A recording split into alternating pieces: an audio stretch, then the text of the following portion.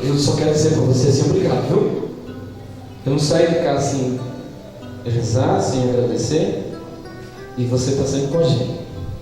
E eu não estou preocupado assim com segmento religioso, com crença, etnia, não estou preocupado com nada, não. Estou preocupado em levar em todos os lares aquilo que o homem sempre ensinou para a gente, assim, humildade, carinho, respeito.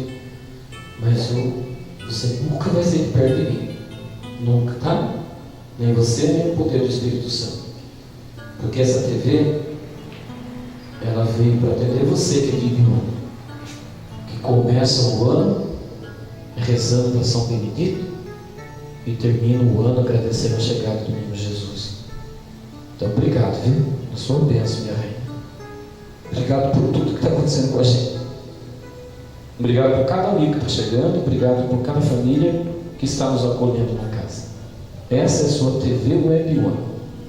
E agradeço a Nossa Senhora das Dores por dar sabedoria a cada um de nós. A sua bênção, minha mãezinha.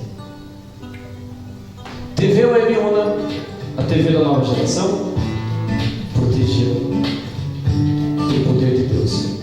Baião Sertanejo, a casa da música sertaneja. Leandro, obrigado. Alex, obrigado. Marcelo, obrigado. Renato, obrigado. Marquinhos, você voltou hoje, mas é da família.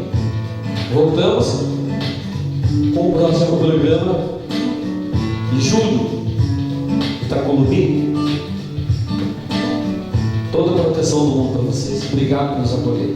Está chegando a TV Urebiona, a TV da nova geração. Tchau.